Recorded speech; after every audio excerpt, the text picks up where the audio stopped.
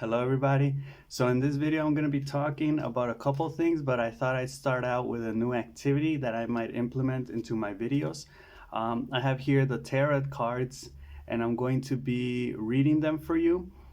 So the dynamic that we're going to do is in the beginning of this video I'm going to have you choose a number between 1 and 3, so either 1, 2, or 3, and I'm going to be reading your past. That is, I'm going to be reading why something could have happened, what was the meaning of that something that happened, right? And so I'll do this by explaining the tarot card which I'm reading, and at the end of the video I'll read 3 more, have you choose a number, either 1, 2, or 3, and then I'll let you know what that card is, but now in relation to the future, right? Okay, so right now, choose a number, 1, 2, or 3. You got it? Okay, I'm gonna be reading the first one. The first one I get is decadence. So this means that there's a bastos right here. I learned how to read it in Spanish, so I'm going to be telling you this exemplifies fire, right? And since there's only one of them, this might explain why something happened in your past. In this case, it has to do with decadence, since it is minor arcane, an arcane angel. There are either major or minor. Major deals with universal situations or things that were out of your control. This one's a minor, so this dealt with something that was in your control. Now, it could have been due to somebody else's fault or somebody else's lack of control, but it was still within human control. Decadence is a card that expresses, basically weakness, but at the same time, this isn't a physical, mental, or emotional weakness. This is a spiritual weakness. One is the sign of the all, the strongest, or the first one, which could be the weakest. So this could have happened due to something either that was very powerful, as in it involved everything, or it could have been just something that was maybe, it could have been solved if a little bit more attention could have been paid to it, but it's still decadent, so it did lead to a fall, to a spiritual fall, right? Now, if you chose 2, 2 is nobility. Nobility in this case has to do directly with the coins, so it does have to do with the earth element. This is something that was maybe in debt. You were in debt, or someone was in debt to you, and this is why this thing happened. According to this is a good cause. It's again a minor archangel, so it was within the realm of your control. It is physical, so most of the time this has to do with money or material things. But in this case, since it's a 3, it's not like you got super rich. It's not like a 1 or a 10, right? It's sufficient money or material, something that you got, and the nobility aspect makes that consideration with being good intent, right? Good faith. All right, and now let's see number 3. If you chose number 3, it's disputes. And again, it's with the bastos, so it has to do with something spiritual. This one has a high level of intensity. It is 8. So this is straight up due to something maybe, well, I don't want to repeat spiritual, but mystical. It could have been a fight with somebody, or it could have been more of an internal fight with yourself, right? Discussing, arguing with your demons. Again, it was in your control, but it's very high intense. And dispute, of course, it does deal with problematic situations. It does deal with conflict. It does deal with having to face, in this case, your demons, right? So that's the reading I just did. Now I'm going to get into the topic, and I'll get into the last 3 at the end of this video. All right. Okay, so this is going to be a mixture of 2 videos that I was going to do, but I'll talk about the first idea first. Life is like a food court. So this idea comes to mind. Sorry, I'm going to be wiping the sweat off my face because It is super hot, and I don't want to turn on the fan because I don't want to be making noise, or I don't want there to be more noise than necessary. You may hear noise from the street or whatever. Okay, but this idea comes to mind because you are a person that is supposedly intelligent, right? You're supposedly a person that has criteria, that has good judgment and good faith, at least for yourself. So this means that if given the resources and the circumstances, you should be able to give yourself what is best for you, right? In theory. Now, let's try to give a concrete example. Let's say you are at the mall. It's the weekend. It's Saturday afternoon. You're at the mall or Sunday, um, and you go to the food court. Right now, we all know that in the food court, you have many different options of where to eat. Right? You have different restaurants. You have different food. Right? Now, how can you evaluate that the decision that you will make will be the most beneficial to you in a very primitive sense, as in taste, right? That you're going to enjoy it. Let's not talk about healthy, let's not get complex with it. Let's keep it simple. It's as simple as, what do you want to eat today? You know, it's Saturday afternoon. What do you want? Do you want pizza? Do you want hamburgers? Do you want salad? Do you want sushi? Do you want Chinese food? You know, how can you trust yourself to make the best choice, that basically boils down to the fact of being there, right? Like, I think I spoke about this idea where it's a German idea. I forget the name, but it's when you receive your plate of food, but then you look across the table from you to the other person's dish, and you say, "Dang, I wish I would have ordered that." Right? That looks more delicious. So that again, how do you determine? How can you make sure that your criteria, your judgment is reliable towards the future, right? It's a future indicator, which means that in the future you're going to enjoy that decision ultimately. In this case, as in deciding to eat pizza over hamburgers, or deciding Chinese food over Indian food, right? How are you going to make sure that you're not going to be sitting there eating this food and then you're going to regret it and say, "Oh, I wish I would have chose something different," right? Now, this example of the food court for me is like a metaphor for life, and just basically all of decisions you constantly have, all of the options, which a lot of times we may not even see, such as in a food court, you don't know that outside there's another restaurant, or there's another restaurant on the second floor of the building, or or you have other options too, right? But it's like, you see, like the food court, the restaurants that are in the food court are like the obvious options that you can make whenever you're in a given situation, right? Like, I could either go up, go down, go left, or go right, right? I could either eat pizza, hamburger, sushi, Indian food, like whatever, right?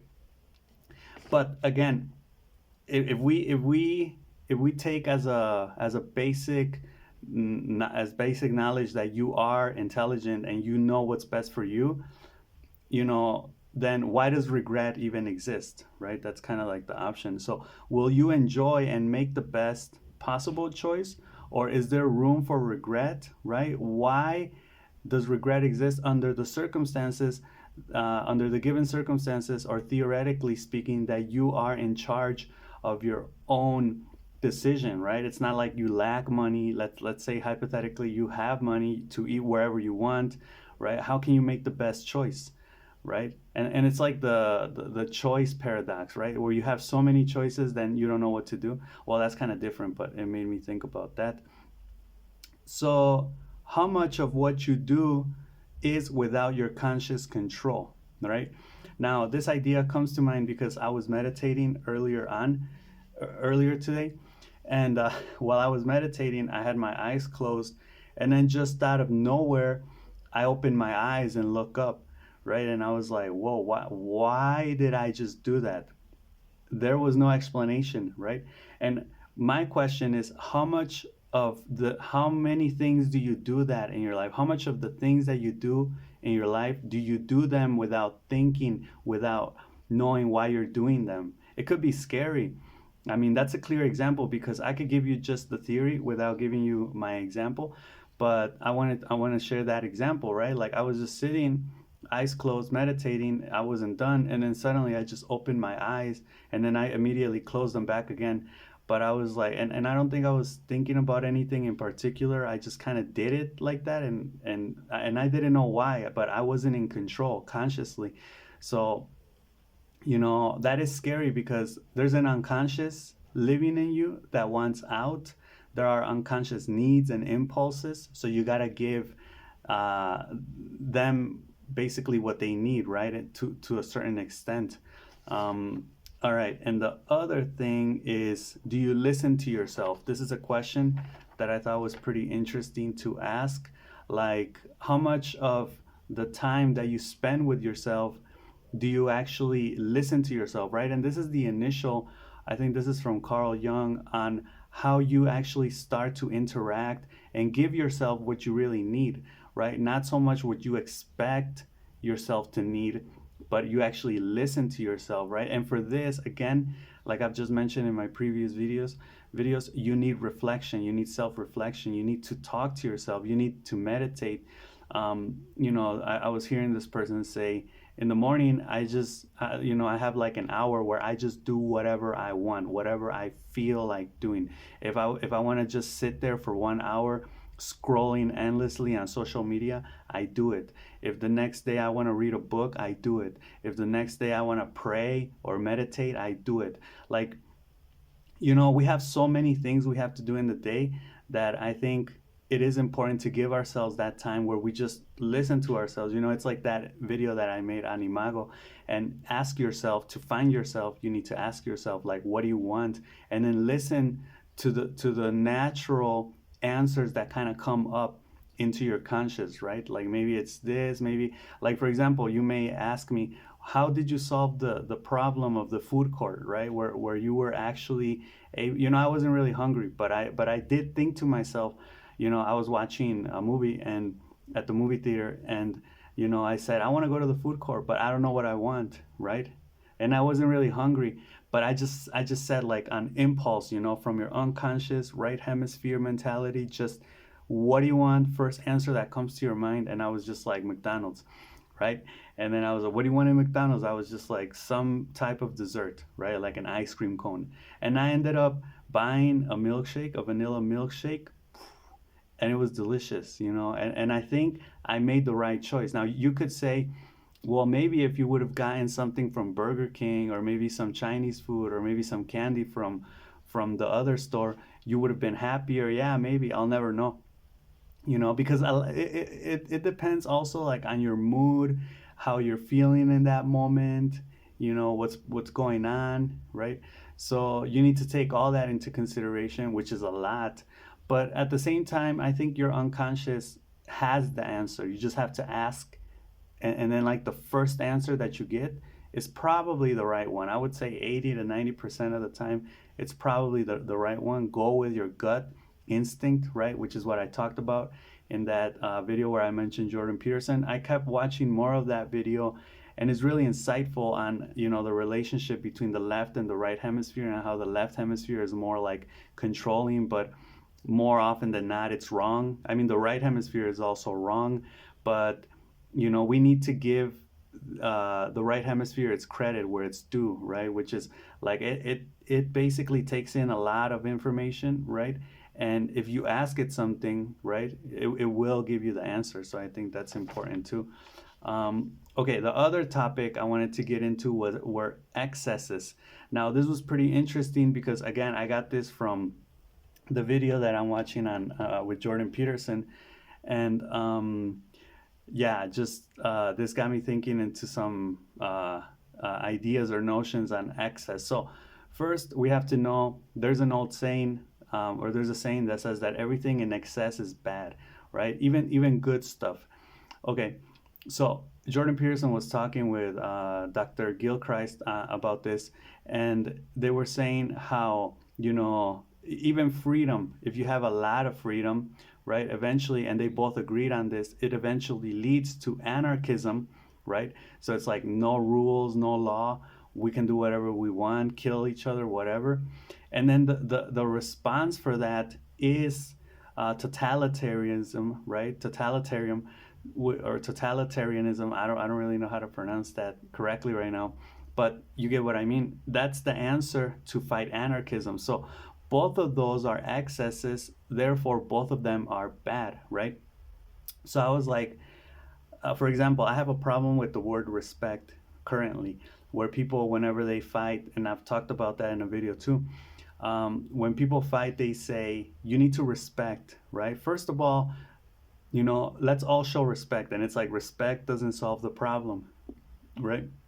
Excuse me, that's like putting frosting over shit, right? Like, you need to deal with the problem, you need to clean up the shit or whatever.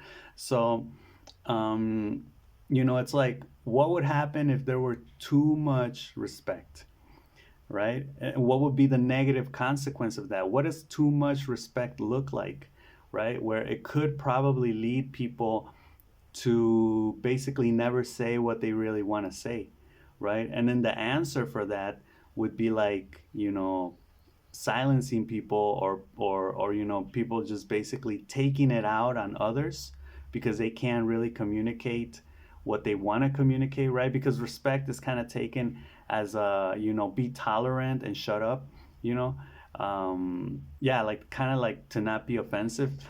So I asked ChatGPT, like, what are some other examples of this idea where something good gets taken into excess, and then the response is something equally destructive, right? So it's the excess of good turns bad, and the response or the solution is excessive as well, therefore bad. So I already gave you the example of freedom turning to anarchy, and the response is totalitarianism. There was another example, confidence, and I thought this was pretty clear. So if you're confident, I'm a confident person. I can talk in public. I don't shy away from problems, right? But if you're too confident, we all know where that leads. Eventually, you become arrogant, you become cocky, you think you know it all, right? You become kind of stubborn, right? So, in excess, confidence in excess is arrogance. And then the way you fight that, or solve that, is with humility, which could potentially be insecurity, right? So, which could be the opposite, I guess, of arrogance. Like, you're overconfident. Now you're underconfident, right? You doubt everything you make. You don't want to talk in public, for example. Another one is generosity. So, and this is pretty cool, because you're like, how is generosity bad? Well, generosity could lead to self-sacrifice, which is bad if you're always sacrificing yourself for others, right? It's good to give, but it's not good to always give, right? Which is the excess. And then its opposite would be selfishness, right? Which is like, I don't care about anybody. I'm not giving anything to anybody. I only care about myself, period, right? And another one, the last one, from good to bad, is innovation. So innovation in excess, and I think this is a great example, because we currently live in an era that favors innovation over stagnation, obviously, but too much innovation leads to disruption, right? Disruption, disorder, chaos, nobody knows what's going on. It's kind of like the internet nowadays, right? With technology and everything, nobody really knows how to define it. Is it social? Is it antisocial? Does it help us? Does it harm us? Is it a two-edged sword, a double-edged sword? Is it really beneficial? Is it not, right? Like, it's disruptive, right? Because it's too much, right? It's excessive, right? It's innovation every day, and the news contribute to this, right? Because it's like changing things. Things are always changing. Things are always changing, right? So it's more of a psychological thing than a real world thing. Because I mean, if you go to work every day, you're gonna see basically that everything is the same, right? So it's more of like the idea that things are moving fast, technological advances, when I've always thought that they're not really moving that fast. Um, okay, but that's another topic. And yes, the opposite in this case of disruption would be stagnation, right? Now, you know me, I like to kind of like see where one thing could take me, and I want to try to reach its limit. So I was like, okay, let's flip the roles around. Now let's talk about something bad that, if done excessively, could turn into a good thing, and then let's find its opposite good thing, right? So it's like backwards now. But I did find like good examples. ChatGPT was actually like pretty cool right here. So yeah, excessive of bad leads to good, and the response or the solution is also good, right? Which is kind of like what? But I found some examples. So here we go. The first one is isolation. So everybody thinks that being by yourself is bad, right? Because you're there with your demons, right? You gotta face the music, you gotta face yourself, right? Self reflect. So you say isolation is bad because, I mean, and I'm not saying it's not. I mean, I know that there are people that are like locked down 23 hours a day, and they eventually go crazy because they're only, with themselves. They don't have, you do need human interaction. You need social interaction and social contact. But according to this, if you do this excessively, if you isolate yourself for long periods of time, eventually it could lead to self-reflection, which is a good thing, right? Like they say, all the answers are inside of you, right? And then the solution for this is over socialization, right? So it's like being very chatty with people, right? And socializing with everybody you meet or come across.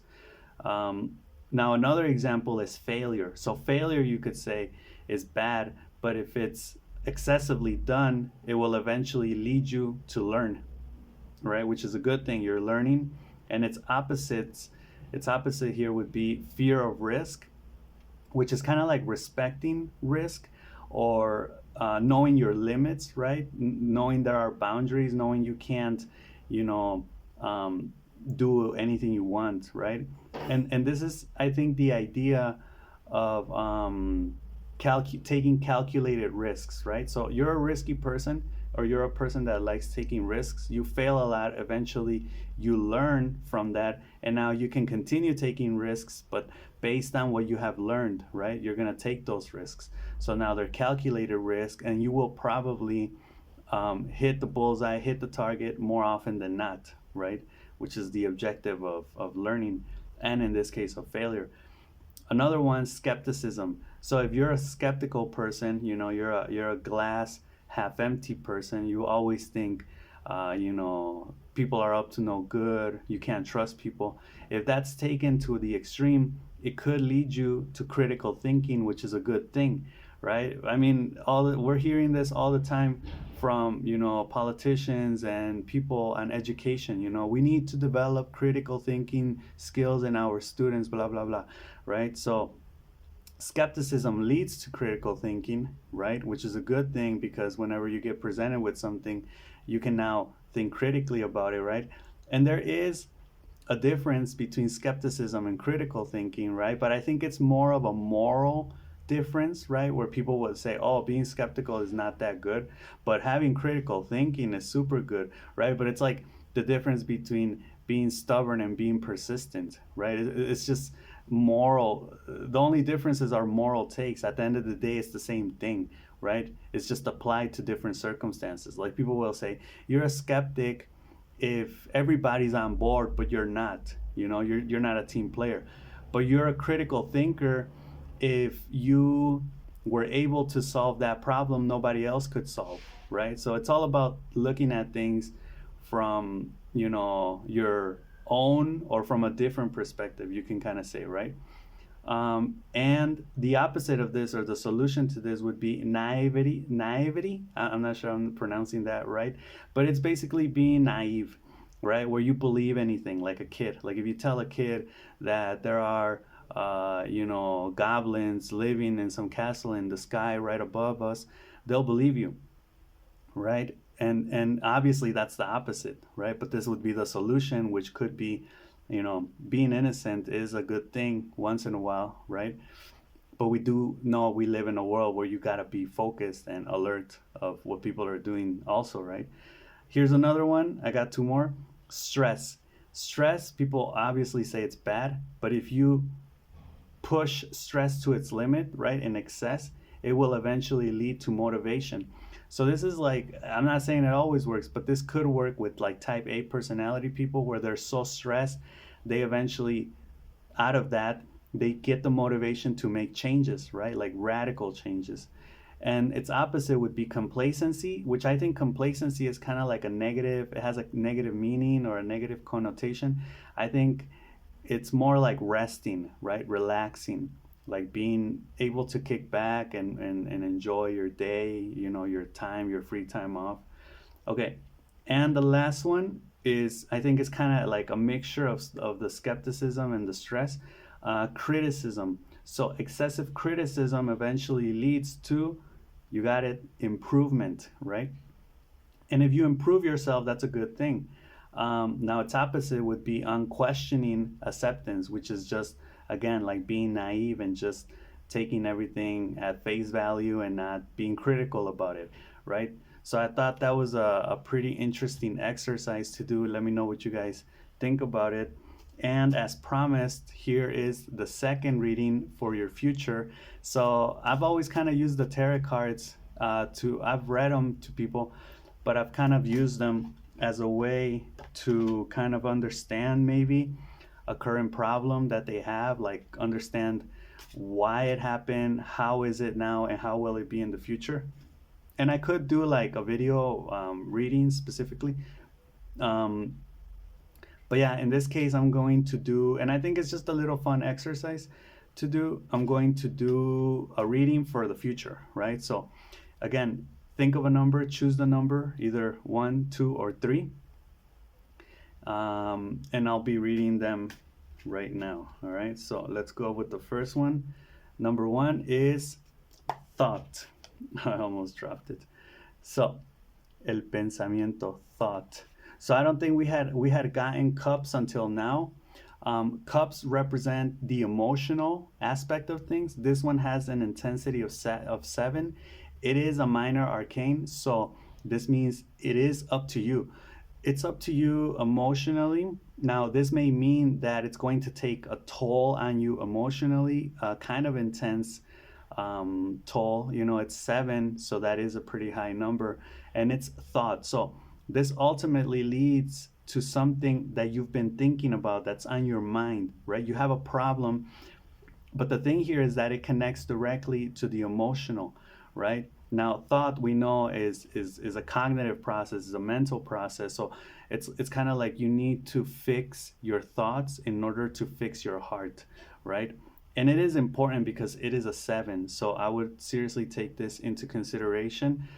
This means that this problem you have in the future is not going to be solved through physical means, materialistic, money means, spiritual means.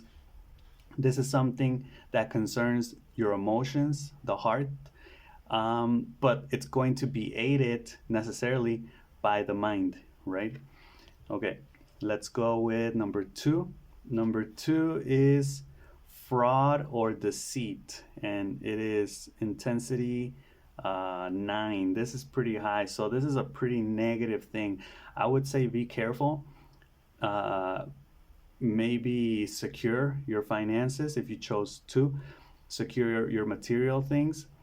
There's going to be an attempt to cheat you, basically to fool you, to make you fall into fraud. Now, I would say take care of your coins because literally this is the physical dimension and it is in your hands. It is something that you can avoid, but it's something also that will happen.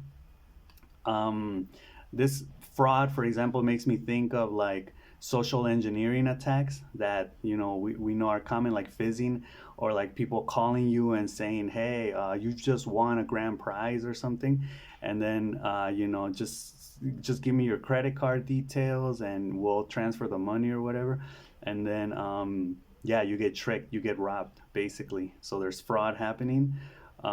So yeah, it's merely physical. This has nothing to do with the mind, with the heart, with the spirit. It's just something that you need to be aware of and be careful, basically, for the next, I would say for the next like 2 to 3 months, right? And the last one is consuelo or gozo. So if you chose number 3, this means spiritually good things are coming.